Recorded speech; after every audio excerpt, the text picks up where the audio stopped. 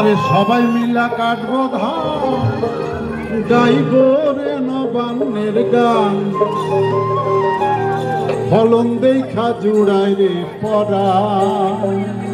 মঞ্চে গান আর মঞ্চের বাইরে পিঠা উৎসব, এমন নবান্নর আয়োজনে মেতে উঠেছে ধানমন্ডি রবীন্দ্র সরোবর। হ্যালো এভরিওয়ান, আসসালামু আলাইকুম। সবাই কেমন আছেন? আশা করি আল্লাহর রহমতে সবাই ভালো আছেন, আমরা ভালো আছি। বাতাসের শীত শীত আবহাওয়া জানান দেয় পৌষের আগমন। আর পৌষ মানে আমাদের বাঙালির নতুন ধান ঘরে আনা। তার সাথে সাথে শুরু হয়ে যায় নবান্নর উৎসব এবং পিঠা খাওয়ার ধুম পড়ে যায়। পিঠা উৎসবের সাথে সাথে মেলার আয়োজন চলছে। এখানে কি নাই বাচ্চাদের জন্য? নাগরদোলা, জাম্পিং, দোলনা, পুতুল নাচ, বাইস্কোপ, অনেক ধরনের অ্যাক্টিভিটিস আছে। কিন্তু আমরা প্রথম দিন গিয়েছিলাম, ওই দিন এখনো অনেক ধরনের অ্যাক্টিভিটিস আসে নাই। আর আমাদের মেলার ঢোকার সাথে সাথে আরিয়ানার জন্য সবচেয়ে বড় আকর্ষণ হলো নিউজ 24 এ আরিয়ানার ইন্টারভিউ। সেটা তো দেখলে আমার অনেক হাসি পায় এখনো। আরিয়ানা সবে মাত্র মেলাতে ঢুকেছে, কারণ সে অনেক রাইডে এখনো ওঠে নাই, পিঠা খায় নাই। সে ধরনের প্রশ্ন তাকে করা হয়েছিল। মামুনি, আপনার নাম কি? আরিয়ানা। আচ্ছা, এখানে যে এসেছেন আপনি, হ্যাঁ, এসে কি কি এখানে কোন কোন রাইডে উঠেছেন, কি কি পিঠা খেলেন আপনি? তারপরে দুধ পিঠা, পুলি পিঠা, হ্যাঁ, পাটিসাপটা। আচ্ছা, আপনার পছন্দের পিঠা কোনটা? আপনি কি কোন পিঠা খেতে পছন্দ করেন? বলো বলো। চিতই পিঠা খেতে পছন্দ করেন? আচ্ছা। আর এখানে কোন কোন রাইডে, এই যে কোন কোন খেলনাতে উঠেছেন? Jumping Jack. জাম্পিং জ্যাকে উঠেছেন?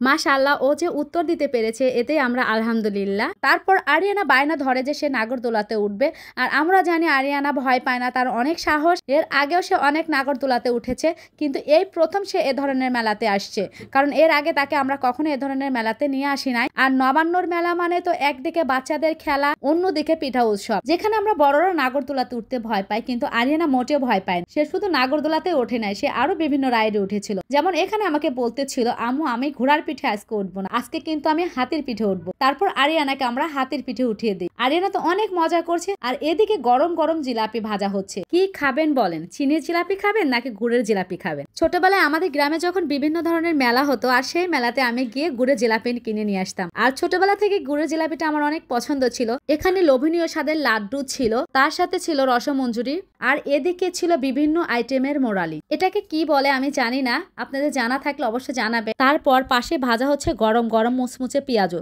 পেঁয়াজের দোকানে ছিল সবচেয়ে বেশি ভিড়, আর দামটাও ছিল অনেক কম। আর পাশে ছিল খেলনার দোকান। আমি একটা খেলনার দাম জিজ্ঞাসা করলাম, দেখলাম অনেক দাম। তখন আমি জিজ্ঞাসা করলাম যে এত দাম কেন? তখন উনি আমাকে বলতেছিল যে আপু, এখন সব খেলনার দাম বেড়ে গিয়েছে, কিন্তু আমি কালকেও যে খেলনাটা যে দাম দিয়ে কিনেছি, কিন্তু এখানে ছিল দ্বিগুণ দাম। যাই হোক, আমি আবার চলে যাই পিঠার দোকানে। এখানে মজার মজার পাটিসাপটা পিঠা আছে, মালপোয়া পিঠা আছে, এখানে আছে ঝাল পুলি পিঠা, এখানে ঝাল ডিমের পিঠা, ওইখানে আছে দুধ চিতই। তার পাশের দোকানে পাবেন সবার পছন্দের এবং বিশেষ করে মেয়েদের পছন্দ ফুচকা।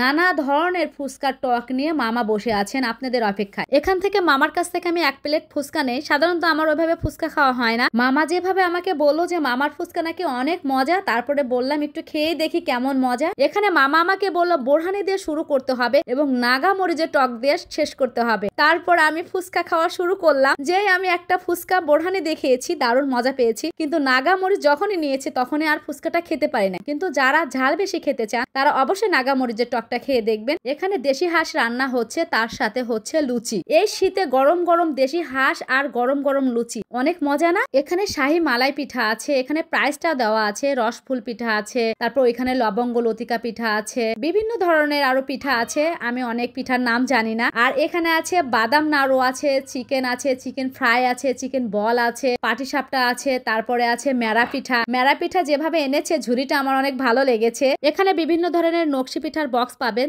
দামটাও অনেক রিজনেবলের মধ্যে আছে। এখানে দেখুন কি সুন্দর কলসের মধ্যে পিঠা বানানো হচ্ছে এবং পিঠাতে তারা বিভিন্ন ধরনের কিশমিশ, চেরি, পাটালি গুড় ব্যবহার করছে। তখন আমি আগ্রহ সহকারে তাদেরকে নাম জিজ্ঞাসা করলাম যে এটা আসলে কি পিঠা। তখন আমাকে বললো এটা বরিশালের ঐতিহ্যবাহী নকশি ভাপা পিঠা বলে। আমি এই প্রথম এই পিঠাটার নাম জানলাম এবং পিঠাটা দেখতে অসম্ভব সুন্দর লাগছে। তাদের হাতের তৈরি লাচ্ছা সিমাই ছিল এবং বগুড়ার দই ছিল। আর এদিকে দেখুন মামা কত দূর তো পাটিসাপটা তৈরি করছে, আমি তো দেখে পুরাই অবাক অবাক হয়ে গিয়েছি। এখানে কিন্তু বিভিন্ন ধরনের মিষ্টি ছিল, মিষ্টির আইটেম গুলো কিন্তু বাদ যায়নি। এখানে ছিল ইলিশ পেটি, জাফরান গোলকটা ছিল পুরা জাফরান দিয়ে ঘেরাও এবং ছিল লেমন বরফি। আরিয়ানা লেমন বরফিটা অনেক পছন্দ করেছে, কারণ আপুর প্রত্যেকটা মিষ্টির আইটেমই ছিল অনেক মজার। সবচেয়ে আরিয়ানা বেশি পছন্দ করেছে লেমন বরফিটা। এখানে এতগুলো পিঠা স্টল ছিল যেটা দেখতে দেখতে সন্ধ্যা নেমে এসেছে, আর তার সাথে সাথে শুরু হয়ে গেল গানের আসর। আর আরিয়ানা এখানে তার খেলনা নিয়ে মাঝখানে দাঁড়িয়ে দাঁড়িয়ে সে মজা করছে। খুবই ভালো লাগছে, একটা ঠান্ডা ঠান্ডা আবহাওয়া, তার সাথে এ ধরনের গান। এত সময় আমার বকবকনি শোনার জন্য সবাইকে অসংখ্য ধন্যবাদ। সবাই ভালো থাকবেন, সুস্থ থাকবেন, টেক কেয়ার, বাই বাই।